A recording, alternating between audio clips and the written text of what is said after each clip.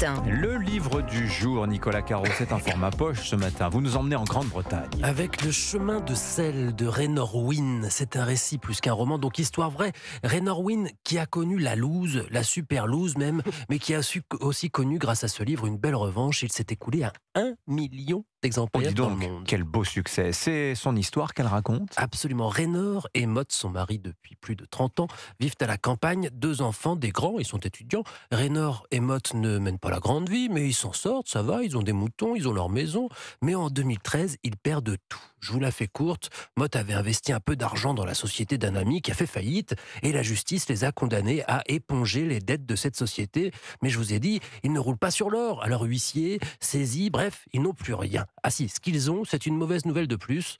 Au même moment, on diagnostique à Maude une maladie neurodégénérative incurable qui le fait atrocement souffrir. Décidément. Il n'y a rien à faire à part des antidouleurs et surtout pas faire d'efforts. Quand ça veut pas, Ouais, c'est pas la joie. C'est le récit de leur déboire alors, ce livre ? et ils n'ont plus rien, mais ils décident de partir sur la route. Mais pas, vous avez compris, c'est chouette la vie, allons marcher quand même. Non, plutôt, on n'a rien, mais avançons concrètement, un pied devant l'autre. Or, pour Maude, c'est très dur, et pour Ray aussi. Quand je dis qu'ils n'ont rien, c'est rien, on n'est pas en France. Ils reçoivent une mini-allocation de quelques dizaines d'euros. Alors, ils se débrouillent pour manger, ils se font traiter de clochards, le regard social est très dur, au point qu'ils arrêtent même de raconter l'histoire vraie. Ils disent qu'ils ont vendu leur maison et que ce sont des baroudeurs. Ils dorment dans une vieille tente. Ils vont faire plus de 1000 kilomètres comme ça, en passant par le Devon et les Cornouailles.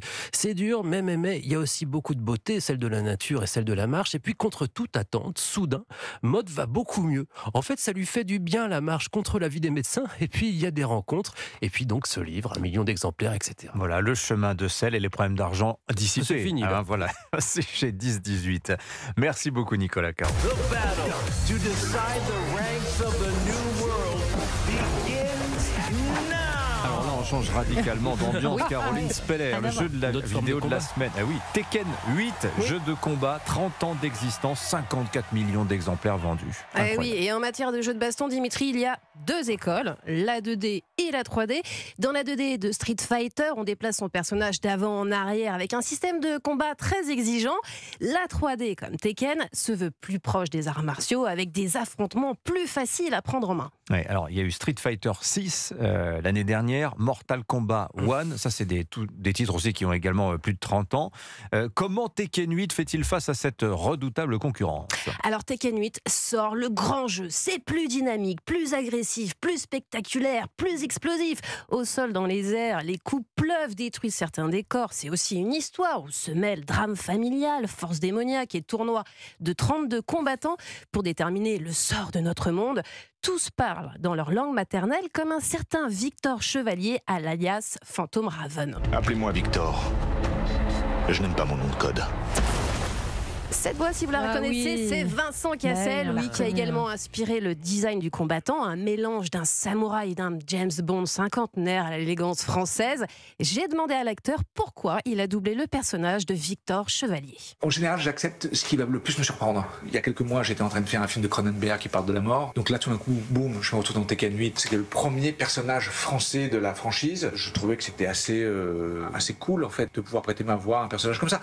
Et en plus, Vincent Cassel, adepte de la capoeira, a joué dans les années 90 à Tekken parce qu'un des personnages pratiquait cet art martial.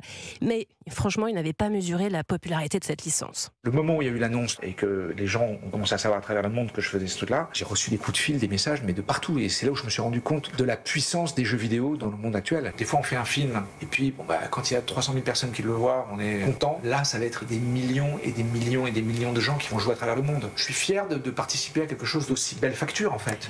Alors disponible sur PS5, Xbox Series et PC, Tekken 8 n'est pas juste beau, il démontre une fois de plus que le genre baston est indémodable, qu'il c'est un bon défouloir, le plaisir est immédiat, et ça pour tous les types de joueurs. Voilà, 30 ans de carrière pour Vincent Cassel, et en fait, le seul moyen de se faire connaître de ses enfants, c'est d'être dans Tekken 8. J'ai hâte de voir le personnage de Vincent Hervouette. Ça va être quelque chose. Diplomane, on l'appellera. Diplomane. Merci beaucoup, les amis.